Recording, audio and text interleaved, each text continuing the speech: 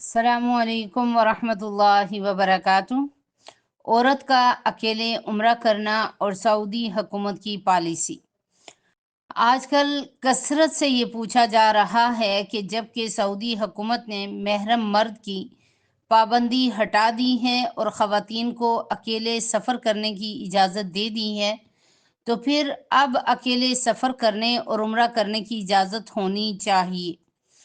یاد رکھیے، محرم کی پابندی شریعت نے لگائی اور اللہ رب العزت کے حکم سے لگی، لہٰذا اس پابندی کو کسی حکومت کے فیصلوں سے یا کسی فرد کی سوچ سے کوئی غرض نہیں۔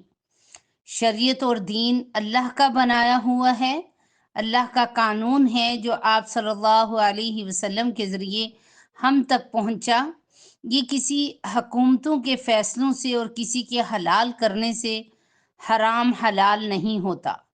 سعودی عرب کا قانون نہیں ہے، یہ شریعت کا قانون ہے۔ سعودی عرب کے حلال یا حرام کرنے سے ہم اس کو حلال یا حرام نہیں کر سکتے۔ آج ہم سب من چاہی زندگی گزارنا چاہتے ہیں اور رب چاہی کو چھوڑنا چاہتے ہیں۔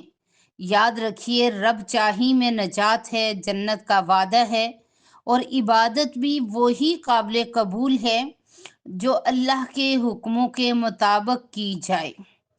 سعودی حکومت کوئی شریعت کی پابندی ہمارے اوپر نہیں لگا سکتی، نہ ہٹا سکتی ہے۔ یہ حکومتوں کے اپنے فیصلے ہیں جو شریعت کا حصہ نہیں بن سکتے۔ جو لوگ شریعت کو ہی پامال کر دیں، ان کی بات کو لے کر آپ عبادت کیسے کر سکتے ہیں؟ لہٰذا رب چاہی کی طرف آ جائیں، اسی میں ہماری نجات بھی ہے اور اسی میں ہماری فلاح بھی ہے، اور یہ اللہ کا قانون ہے تو اللہ کی عبادت اللہ کی مرضی کے مطابق ہونی چاہیے، نہ کسی فرد یا حکومت کے فیصلوں کے تحت۔ جو اللہ نے جس طرح چاہا اسی کے مطابق عبادت کریں گے تو اس عبادت کا ہمیں فائدہ بھی حاصل ہوگا اور رب کی رضا بھی حاصل ہوگی، اور سفر کرنا بھی اس اجر کا باعث بنے گا۔